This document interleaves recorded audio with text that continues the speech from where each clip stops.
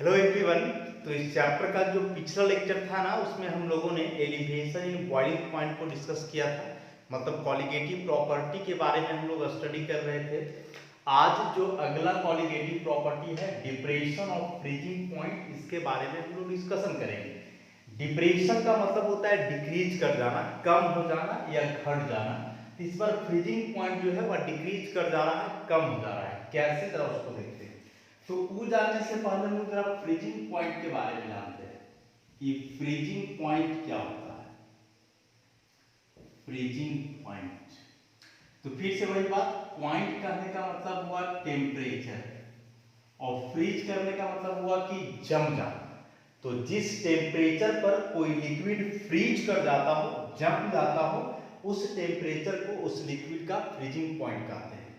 अब बात यहां आता है कि किस टेम्परेचर पे कोई लिक्विड फ्रीज करता है, कोई लिक्विड जमता है। इसके लिए डेफिनेशन है कि वह टेम्परेचर, जिस टेम्परेचर पर किसी सब्सटेंस का लिक्विड फेज का जो वेपर प्रेशर है वह बराबर हो जाए उसके सॉलिड फेज के वेपर प्रेशर का, तो उस टेम्परेचर को हम लोग बोलेंगे फ्रीजिंग पॉइंट। क्या बताया मैंने कि the temperature at which the vapor pressure of the liquid phase of a substance becomes equal to the vapor pressure of its solid phase is called its freezing point। कि जिस temperature पर किसी substance के liquid phase का vapour pressure उसके solid phase के vapour pressure के equal हो जाए तो वह टेम्परेचर उसके लिए कहलाएगा फ्रीजिंग पॉइंट। इन जनरल देखोगे तो सॉलिड और लिक्विड दोनों में से जाहिर सी बात है कि सॉलिड सब्सटेंस का वेपर प्रेशर कम होगा लिक्विड सब्सटेंस के तुलना में, लेकिन कैसे दोनों वैरी करता है टेम्परेचर के साथ उसको हम लोग ग्राफिकली देखेंगे। अब जो हम लोग पढ़े थे पीछे कि यदि प्योर लिक्विड सॉल्वेंट में आप नॉन वोलेटाइल सॉल्यूट मिलाते हो तो जो रिजल्टिंग सॉल्यूशन बनेगा उसका वेपर प्रेशर प्योर सॉल्वेंट के वेपर प्रेशर के तुलना में कम हो जाएगा। क्या बताया मैंने कि यदि किसी प्योर लिक्विड सॉल्वेंट में आप नॉन वोलेटाइल सॉल्यूट मिलाओगे तो जो सॉल्यूशन बनेगा उसका वेपर प्रेशर जो प्योर सॉल्वेंट था उसके तुलना में डिक्रीज कर जाएगा। तो जो वेपर प्रेशर डिक्रीज करता है उसी को हम लोअरिंग ऑफ वेपर प्रेशर बोलते हैं। तो अब चूंकि वेपर प्रेशर डिक्रीज कर रहा है इसीलिए सॉल्यूशन का जो फ्रीजिंग पॉइंट है वह भी डिक्रीज करेगा। वेपर प्रेशर फ्रीजिंग पॉइंट के डायरेक्टली प्रोपोर्शनल होता है, जबकि वेपर प्रेशर बॉइलिंग पॉइंट का इनवर्सली प्रोपोर्शनल था कि वेपर प्रेशर घटने से बॉइलिंग पॉइंट बढ़ रहा था, लेकिन यहाँ वेपर प्रेशर घटने से फ्रीजिंग पॉइंट घटेगा क्योंकि वेपर प्रेशर और फ्रीजिंग पॉइंट दोनों एक दूसरे का डायरेक्टली प्रोपोर्शनल होता है। तो जब कभी भी कोई नॉन वोलेटाइल सॉल्यूट आप सॉल्वेंट में मिलाओगे तो निश्चित रूप से सॉल्यूशन का वेपर प्रेशर घटेगा और वेपर प्रेशर घटने से उसका फ्रीजिंग पॉइंट भी डिक्रीज करेगा। तो जितना फ्रीजिंग पॉइंट डिक्रीज कर रहा है वही उसका कहलाएगा डिप्रेशन ऑफ फ्रीजिंग पॉइंट। जैसे मान लो वाटर है तो वाटर का फ्रीजिंग पॉइंट हम लोग कितना जानते हैं, 0 डिग्री सेल्सियस। किस टेम्परेचर पे वाटर जो है फ्रीज करके कन्वर्ट हो जाएगा आइस में।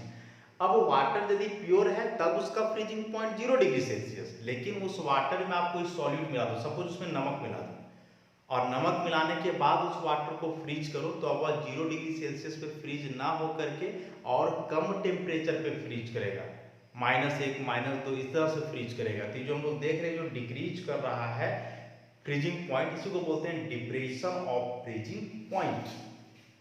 इसके ग्राफिकल रिप्रेजेंटेशन हम लोग करेंगे। तो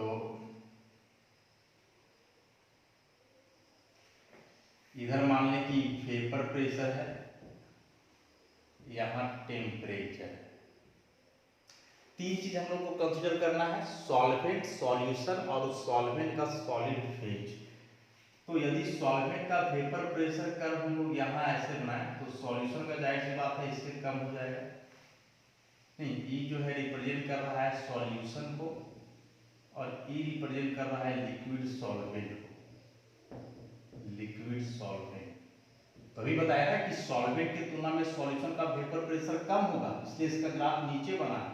नीचे से ऊपर वेपर प्रेशर बढ़ रहा है तो जो ग्राफ ऊपर है उसका वेपर प्रेशर ज्यादा, जो नीचे है उसका वेपर प्रेशर कम। और ई ग्राफ का वेरिएशन देखोगे तो क्या हो रहा है कि जैसे जैसे आप टेम्परेचर बढ़ा रहे हो वैसे वैसे वेपर प्रेशर भी बढ़ रहा है। तो टेम्परेचर का वेपर प्रेशर के साथ तो डायरेक्ट रिलेशन होता है। अब इसमें से एक हम लोग का बचा जो लिक्विड सॉल्वेंट है, मतलब सॉल्वेंट का यहाँ लिक्विड फॉर्म है, सॉल्वेंट का सॉलिड फॉर्म, जिसको हम लोग फ्रोजन सॉल्वेंट बोलेंगे। तो उसका ग्राफ हम लोग कुछ इस तरह से था। ई जो है रिप्रेजेंट कर रहा है सॉलिड सॉल्वेंट, सॉलिड सॉल्वेंट। मतलब यदि आप water as a solvent consider करते हो तो ई वाला ग्राफ जो है वाटर का वेपर प्रेशर हुआ, और ई ग्राफ जो है वाटर का सॉलिड फॉर्म करने का मतलब आइस के लिए हुआ। तो अब जरा देखोगे यहां से कि ई जो है लिक्विड सॉल्वेंट हुआ और इसका वेपर प्रेशर जो है आकर के यहां मिल गया इस सॉलिड के वेपर प्रेशर से। तो क्या बताया कि वह टेम्परेचर जिस टेम्परेचर पर किसी सब्सटेंस के सॉलिड और लिक्विड फेज का वेपर प्रेशर इक्वल हो जाए तो वही कहलाता है उसका फ्रीजिंग पॉइंट। तो ई कहलाएगा इसका फ्रीजिंग पॉइंट, और ये फ्रीजिंग पॉइंट किसका हुआ? सॉल्वेंट का। इसको हम लोग रिप्रेजेंट करेंगे TF0। उसी प्रकार से सॉल्यूशन था, तो सॉल्यूशन का जो वेपर प्रेशर का कर्व है ऐसा, ये वाला कर्व देखो यहाँ आकर के इक्वेट हुआ, ये सॉलिड और ये सॉल्यूशन लिक्विड, तो लिक्विड और सॉलिड ये दोनों का वेपर प्रेशर यहाँ बराबर है, तो जिस टेम्परेचर पे बराबर हुआ वही टेम्परेचर इसके लिए कहलाएगा फ्रीजिंग पॉइंट। तो इसको हम लिखें TF। तो ये TF हुआ फ्रीजिंग पॉइंट ऑफ सॉल्यूशन। तो यहाँ से हम लोग देख रहे हैं कि left to right temperature increase कर रहा है, मतलब जो राइट साइड है ज्यादा टेम्परेचर है, तो ज्यादा टेम्परेचर मतलब ज्यादा फ्रीजिंग पॉइंट हुआ किसके लिए? सॉल्वेंट के लिए। और ई जो है सॉल्यूशन, इस सॉल्यूशन का टेम्परेचर कम हुआ मतलब इसका फ्रीजिंग पॉइंट कम, तो फ्रीजिंग पॉइंट कम हो गया इसका सॉल्यूशन का। तो वही तो हम लोग लिखे ना depression of freezing point of solvent, कि सॉल्यूशन का फ्रीजिंग पॉइंट डिक्रीज कर जाएगा प्योर सॉल्वेंट की तुलना में। तो ये जो डिक्रीज किया है ना यहाँ से लेकर के यहाँ तक, इसी को हम लोग बोलेंगे डिप्रेशन ऑफ फ्रीजिंग पॉइंट, जिसको दिखाते हैं डेल्टा TF से। अच्छा यहाँ लिख देते हैं कि TF हुआ या TF0 freezing point of pure solvent. उसी प्रकार से TF मान लें फ्रीजिंग पॉइंट ऑफ सॉल्यूशन। कैसा solution? containing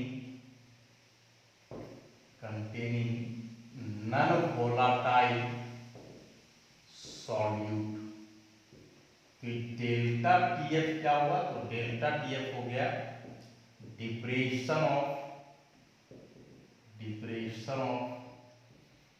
freezing point. Delta TF को हम लोग लिख सकते हैं क्या? TF0 minus TF। यहाँ से TF0 माइनस, यहाँ से यहाँ ये जो टेम्परेचर डिक्रीज कर रहा है फ्रीजिंग पॉइंट, इसी को हम लोग बोल रहे हैं ना डिप्रेशन ऑफ फ्रीजिंग पॉइंट। तो TF0 माइनस TF को हम लोग लिखेंगे क्या? Depression of freezing point delta TF। तो यहाँ तक बात जो है हम लोग का क्लियर हुआ ग्राफ के साथ। एग्जामिनेशन में यदि आता है डिफाइन करने के लिए डिप्रेशन ऑफ फ्रीजिंग पॉइंट, तो आपको यहाँ तक बात जो है करना होगा कि जब किसी प्योर लिक्विड सॉल्वेंट में नॉन वोलेटाइल सॉल्यूट मिलाया जाता है तो उस सॉल्यूशन का वेपर प्रेशर जो है डिक्रीज कर जाता है उस प्योर लिक्विड सॉल्वेंट के तुलना में। अब चूंकि वेपर प्रेशर डायरेक्टली प्रोपोर्शनल है फ्रीजिंग पॉइंट का, इसलिए उसका फ्रीजिंग पॉइंट भी डिक्रीज करेगा। तो जितना फ्रीजिंग पॉइंट डिक्रीज करता है प्योर लिक्विड सॉल्वेंट के तुलना में उस सॉल्यूशन का, वही कहलाता है डिप्रेशन ऑफ फ्रीजिंग पॉइंट, मतलब फ्रीजिंग पॉइंट का कम होना, फ्रीजिंग पॉइंट का घटना। ग्राफ से हम लोग वही सारा चीज देखे हैं कि ई ग्राफ रिप्रेजेंट कर रहा है लिक्विड सॉल्वेंट को, ई जो कर्व है रिप्रेजेंट कर रहा है सॉल्यूशन को। अभी जो वेपर प्रेशर का कर्व है, नहीं तो वेपर प्रेशर टेम्परेचर के साथ डायरेक्टली वेरी करता है ना, तो जैसे जैसे आप टेम्परेचर बढ़ाओगे वेपर प्रेशर भी बढ़ेगा। अभी जो बता सॉलिड सॉल्वेंट, तो सॉलिड का वेपर प्रेशर तो लिक्विड के तुलना में कम ही होना है, इसलिए इसका ग्राफ सबसे नीचे से शुरू हुआ है। अब जैसे जैसे टेम्परेचर बढ़ाओगे इसका भी वेपर प्रेशर बढ़ेगा, और जब इसका वेपर प्रेशर मतलब इस सॉलिड का वेपर प्रेशर इस लिक्विड के वेपर प्रेशर के बराबर हो जाएगा तो यह सॉल्यूशन फ्रीज कर जाएगा, जमने लगेगा, यही इसका कहलाएगा फ्रीजिंग पॉइंट। उसी प्रकार से यहाँ ही जाकर के बराबर हुआ है लिक्विड सॉल्वेंट का, तो इस केस में लिक्विड का ही हो जाएगा फ्रीजिंग पॉइंट। तो लिक्विड का फ्रीजिंग जो लिक्विड सॉल्वेंट है मतलब प्योर लिक्विड सॉल्वेंट, उसका फ्रीजिंग पॉइंट ज्यादा है, इस सॉल्यूशन का फ्रीजिंग पॉइंट कम। तो जितना फ्रीजिंग पॉइंट डिक्रीज किया इसी को हम लोग बोले डिप्रेशन ऑफ फ्रीजिंग पॉइंट। और यहाँ से सारा बात जो हम लोग क्लियर कर लिए कि डिप्रेशन ऑफ फ्रीजिंग पॉइंट मतलब freezing point of pure solvent minus freezing point of solution. अब देखो ये जो फ्रीजिंग पॉइंट है ना, फ्रीजिंग पॉइंट मेल्टिंग पॉइंट का डायरेक्टली प्रोपोर्शनल हो जाएगा। इसको हम लोग ऐसे भी लिख सकते हैं कि जो फ्रीजिंग पॉइंट है ये प्रोपोर्शनल मेल्टिंग पॉइंट है, ठीक है। जैसे मान लो कि वाटर है तो वाटर का फ्रीजिंग पॉइंट हम लोग जानते हैं कितना, 0 डिग्री सेल्सियस। तो यदि कोई पूछे आइस का मेल्टिंग पॉइंट बताओ तो वो भी कितना होगा, 0 डिग्री सेल्सियस होगा। मतलब लिक्विड फेज का जो फ्रीजिंग पॉइंट है उसके सॉलिड फेज का वही क्या हो जाता है, मेल्टिंग पॉइंट हो जाता है। अब मान लो कि वाटर में आप कुछ मिला दिए, सपोज इसमें नमक मिला दिए NaCl, तो क्या पड़े प्योर लिक्विड सॉल्वेंट में यदि नॉन वोलेटाइल सॉल्यूट मिलाते हैं तो फ्रीजिंग पॉइंट घट जाएगा 0 डिग्री सेल्सियस से मान लो कि हो गया -2 डिग्री सेल्सियस। अब इस वाटर का फ्रीजिंग पॉइंट -2 डिग्री सेल्सियस, तो इस केस में जो आइस बनेगा उसका मेल्टिंग पॉइंट भी कितना हो जाएगा, -2 डिग्री सेल्सियस। तो फ्रीजिंग पॉइंट मेल्टिंग पॉइंट का प्रोपोर्शनल हुआ। यदि किसी लिक्विड का फ्रीजिंग पॉइंट घट रहा है तो उसके सॉलिड फॉर्म का मेल्टिंग पॉइंट भी डिक्रीज करेगा। और इसी बात का जो है, इसी फैक्ट को इस्तेमाल किया जाता है बर्फीले इलाके में, जहां बहुत ज्यादा बर्फबारी होता है तो वहां रोड पर बर्फ जम गया तो रोड है आवागमन बाधित हो जाएगा ना, तो बर्फ को हटाने के लिए पढ़े होंगे आप लोग कि नमक छिड़का जाता है। तो नमक छिड़कने से क्या होता है कि देखो अभी जो वहां बर्फ जमा हुआ है उसका मेल्टिंग पॉइंट है 0 डिग्री सेल्सियस, लेकिन उस इलाके का टेम्परेचर है मान लो -10 डिग्री सेल्सियस। नहीं, जो बर्फ बना है वो बर्फ कितना पे बना है, 0 डिग्री सेल्सियस पे बना है, लेकिन उस एरिया का टेम्परेचर, बर्फ का मेल्टिंग पॉइंट होता है 0 डिग्री सेल्सियस, लेकिन उस इलाके का टेम्परेचर है कितना, -10 डिग्री सेल्सियस। तो जब तक ये -10 degree Celsius temperature 0 degree Celsius के पास नहीं पहुंचेगा तब तक तो आइस मेल्ट नहीं करेगा, और जब तक आइस मेल्ट नहीं करेगा तब तक वो रोड क्लियर नहीं होगा, साफ नहीं होगा, वैसे ही बर्फ जमा हुआ रहेगा उस पर। तो अब क्या होता है कि जो यहाँ बर्फ जमा हुआ है इसमें मिला दिया जाता है सॉल्ट, नमक। तो नमक मिलाने से क्या होता है अभी बताए कि अब इसमें जब नमक मिल गया तो इसका मेल्टिंग पॉइंट डिक्रीज कर जाएगा। तो अब जब नमक तुम इसमें मिलाओगे तो जो शुरू में प्योर आइस का मेल्टिंग पॉइंट 0 डिग्री सेल्सियस था, 0 नहीं, बहुत ज्यादा नमक मिला दिए तो मान लो कि उसका -10 डिग्री सेल्सियस हो गया। तो जो आइस शुरू में 0 डिग्री सेल्सियस पर ही पिघल रहा था, अब वह आइस -10 डिग्री सेल्सियस पर ही पिघल जाएगा, और जब इतना पे पिघल जाएगा तो सारा आइस मेल्ट करके वहां से हट जाएगा और रोड जो है सो क्लियर हो जाएगा, साफ हो जाएगा। तो यहाँ कितना टेम्परेचर आपको डिक्रीज करना है डिपेंड करेगा कि इधर से आप सॉल्ट कितना मिला रहे हो, नमक। जितना ज्यादा नमक मिलाओगे फ्रीजिंग पॉइंट उतना ही ज्यादा डिक्रीज करेगा। तो इसको याद रखोगे, आता है जनरली एग्जामिनेशन में कि जहाँ ज्यादा स्नोफॉल होता है, बर्फबारी होता है, वहां उस बर्फ को हटाने के लिए जो सॉल्ट छिड़का जाता है उसके पीछे क्या कारण है। तो यही बात बोलेंगे हम लोग कि सॉल्ट छिड़कने से उस बर्फ का मेल्टिंग पॉइंट डिक्रीज करता है, तो और कम टेम्परेचर पे मेल्ट कर जाएगा, तो ऐसे जो रोड क्लियर हो जाएगा। तो यहां तक बात हम लोग समझ लिए। अब जैसा लास्ट लेक्चर में हम लोग एलिवेशन ऑफ बॉइलिंग पॉइंट में पढ़े थे कि जो एलिवेशन ऑफ बॉइलिंग पॉइंट है वह सॉल्यूशन के मोलाइलिटी के डायरेक्टली प्रोपोर्शनल होता है। कैसे होता है उसको एक्सप्लेन भी किए थे, यहाँ उतना एक्सप्लेनेशन हम लोग नहीं करेंगे, यहाँ डायरेक्ट हम लोग देखेंगे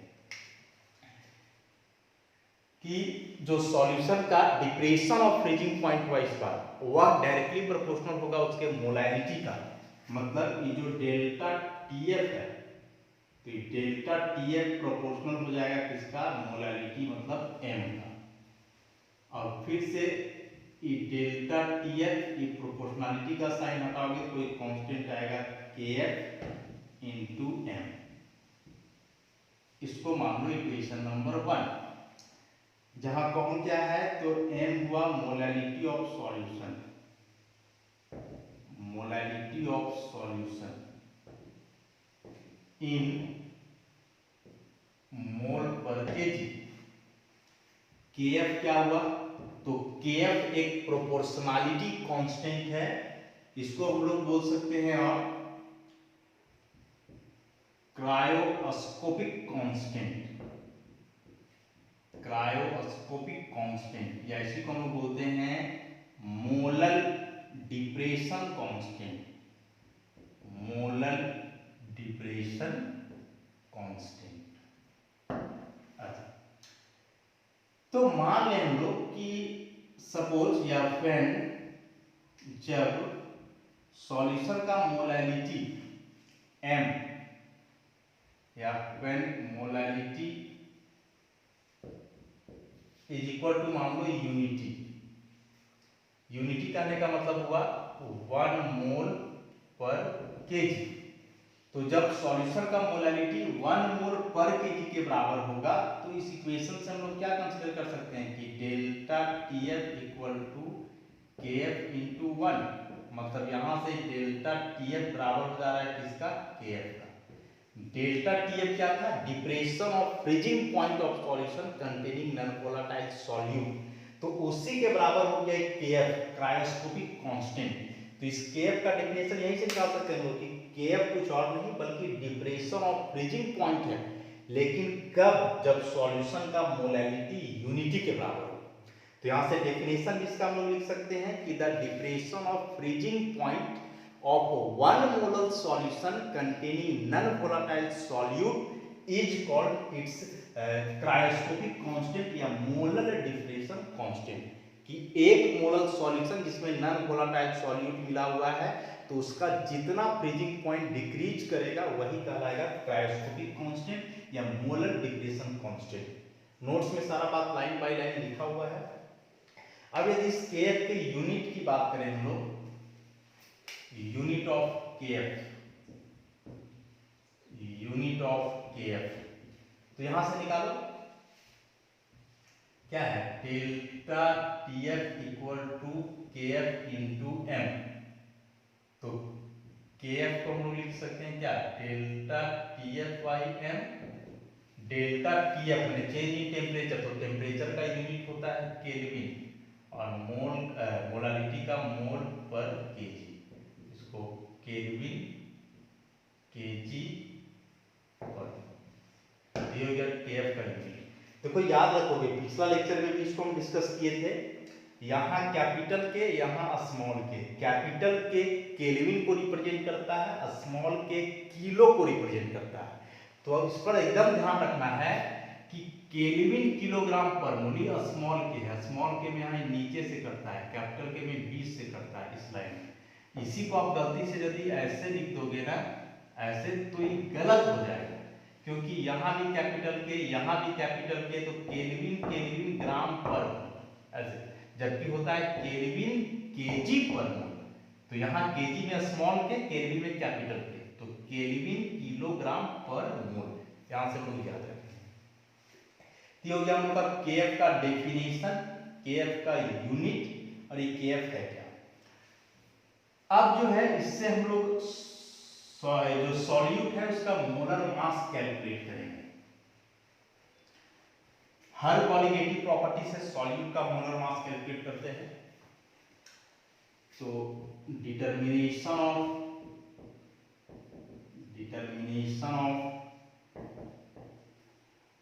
molar mass, determination of molar mass of solute.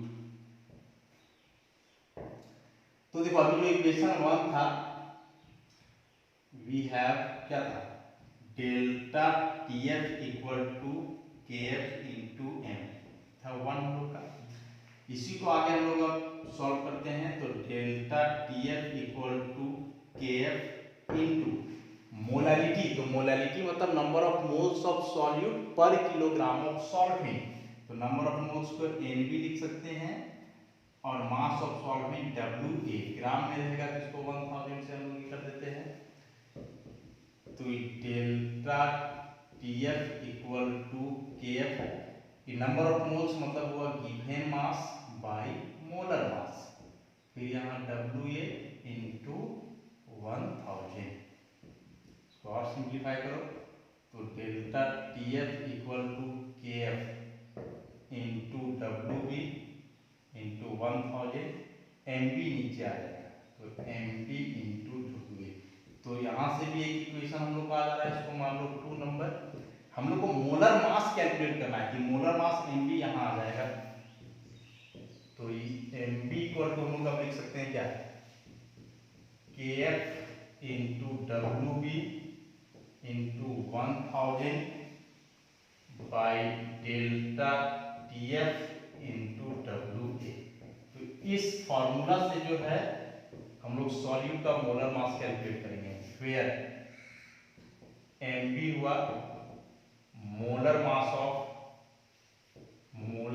Of solute, WB हुआ mass of solute in the solution, WA हुआ मास of solvent in the solution. और KF तो पता है, KF इधर लिखे ही थे, और डेल्टा TF लिख देते हैं। डेल्टा TF हो गया TF नॉट माइनस TF। यही मेन इक्वेशन है, इसको याद रखेंगे। न्यूमेरिकल डायरेक्टली आता है यही फॉर्मूला से। तो इस तरह से डिप्रेशन और फ्रीजिंग पॉइंट से कैसे हम लोग मोलर मास कैलकुलेट करेंगे सॉल्यूट का, ये देख लिया। देखो एक चीज यहाँ और देखने वाला है कि जो मोलर मास है सॉल्यूट का वह डिप्रेशन और फ्रीजिंग पॉइंट का इनवर्सली प्रोपोर्शनल है। तो पहले भी बताए हैं कि किसी भी कॉलिगेटिव प्रॉपर्टी, जो 4 कॉलिगेटिव प्रॉपर्टी हम लोग लिखे हैं ना, वह चारों कॉलिगेटिव प्रॉपर्टी सॉल्यूट के मोलर मास का इनवर्सली प्रोपोर्शनल होता है। मतलब ये कॉलिगेटिव प्रॉपर्टी जितना डिस्टर्ब होगा मोलर मास भी उतना ही ज्यादा डिस्टर्ब होगा सॉल्यूट का। और एक बात और कि डिप्रेशन और फ्रीजिंग पॉइंट जो है वह जो है एक कॉलिगेटिव प्रॉपर्टी है। तो कॉलिगेटिव प्रॉपर्टी है कैसे, कोई पूछेगा कि डिप्रेशन और फ्रीजिंग पॉइंट एक कॉलिगेटिव प्रॉपर्टी कैसे, जरा बताओ।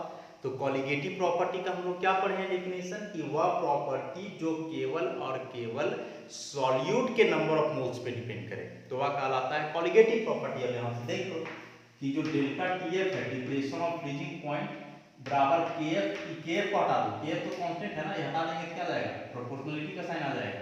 तो डेल्टा TF देखो NB का डायरेक्टली प्रोपोर्शनल है, और NB क्या है, number of moles of solute. तो since the depression of freezing point of solution is directly proportional to the number of moles of solute, that's why it is a colligative property. तो पूरा explanation हम लोग देखें इसका। अब जो है इस फॉर्मूला पे एक न्यूमेरिकल हम लोग करेंगे, क्वेश्चन बना लेंगे, किस टाइप का क्वेश्चन एग्जामिनेशन में आता है।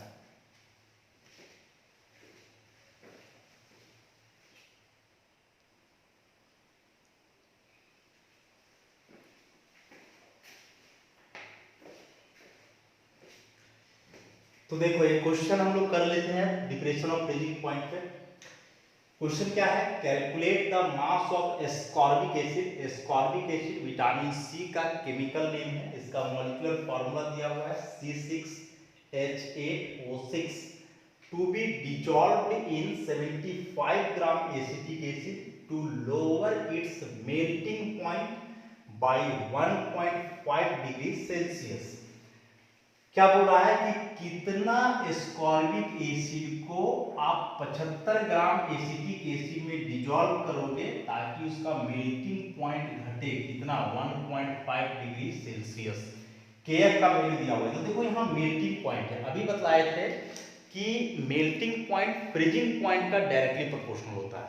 मतलब मेल्टिंग पॉइंट जिसका मतलब इसका मेल्टिंग पॉइंट जितना घटेगा उतना ही एसिटिक एसिड का फ्रीजिंग पॉइंट भी डिक्रीज करेगा। तो यदि हम लोग निकाल लें फ्रीजिंग पॉइंट के आधार पर, यदि इसको कैलकुलेट करें तो सेम कैलकुलेशन होगा जो मेल्टिंग पॉइंट के आधार पे। तो जो फॉर्मूला जो हम लोग डिराइव किए वह फ्रीजिंग पॉइंट के लिए है, और freezing point proportional melting point का है, तो हम लोग उसी फॉर्मूला का इस्तेमाल करेंगे। तो फॉर्मूला क्या था देखो जरा, फॉर्मूला में हम लोग लिखे थे delta TF equal to KF into WB into 1000 by mp into WA, ऐसा था। अब इसमें से हम लोग को कैलकुलेट करना है WB, mass of ascorbic acid. ये बाकी सारा टर्म्स दिया हुआ है, कैसे तो देखो। सबसे पहले MB, मोलर मास यदि हम लोग निकाले एस्कॉर्बिक एसिड का, molar mass of ascorbic acid, formula दिया हुआ है C6H8O6। तो कार्बन का हो गया 12 इंटू 6 प्लस हाइड्रोजन का 1 इंटू 8 प्लस ऑक्सीजन का 16 इंटू 6 इज 72 प्लस 8 प्लस 96। तो कितना हो गया 80 प्लस 96, तो 176 ग्राम पर मोल। WA, तो ये जो है हम लोग का MB हुआ, WA मतलब mass of solvent in the solution. तो mass of acetic acid in the solution, solvent यहाँ एसिटिक एसिड है, तो इसका मास दिया हुआ है कितना 75 ग्राम। डेल्टा TF भी दिया हुआ है 1.5 डिग्री सेल्सियस, इसको हम लोग 1.5 केल्विन लिखें ऐसा। अब यार कंफ्यूज नहीं करना है कि डिग्री सेल्सियस को केल्विन में उतना ही कैसे लिख दिए। रूल है कि डिग्री सेल्सियस को केल्विन में बदलना है तो 273 आप ऐड करो, यहाँ ऐड नहीं किए, डायरेक्ट उतना ही लिख दिए। तो देखो ये जो है ना वह टेम्परेचर नहीं है, बल्कि डिफरेंस इन टेम्परेचर, दो टेम्परेचर के बीच जो डिफरेंस है वह दिया हुआ है। और दो टेम्परेचर के बीच डिफरेंस निकालोगे तो चाहे डिग्री सेल्सियस में निकालो चाहे केल्विन में, वो हमेशा क्या आएगा सेम। विश्वास नहीं तो इसको कर लो। जैसे मान लो कि दिया हुआ है 200 डिग्री सेल्सियस और 300 डिग्री सेल्सियस, अंतर कितना आएगा दोनों का डिफरेंस, तो दोनों का डिफरेंस आएगा 100 डिग्री सेल्सियस। केल्विन में इसको बदल लो तो 273 ऐड करेंगे ना, तो हो जाएगा 473 केल्विन, ये हो जाएगा 573 केल्विन। अब डिफरेंस निकालो तो अब भी कितना आएगा 100 केल्विन। तो डिग्री सेल्सियस और केल्विन से मतलब नहीं है, डिफरेंस क्या आता है सेम। हाँ, ऐसा तब होगा जब डिफरेंस हो तब। यदि केवल यहाँ डेल्टा TF नहीं TF रहता तब ऐसे नहीं लिख सकते थे, इसमें 273 ऐड करना पड़ता।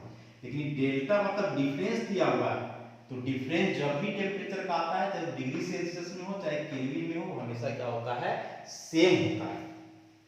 तो यहां से डेल्टा TF भी हम लोग को पता चल गया। KF का वैल्यू ऑलरेडी गिवन है, KF ऑलरेडी दिया हुआ है कितना 3.9 केल्विन kg पर मोल। तो हम लोग को निकालना है WB, सॉल्व कर दो, इसी फॉर्मूला पे पुट कर देते हैं।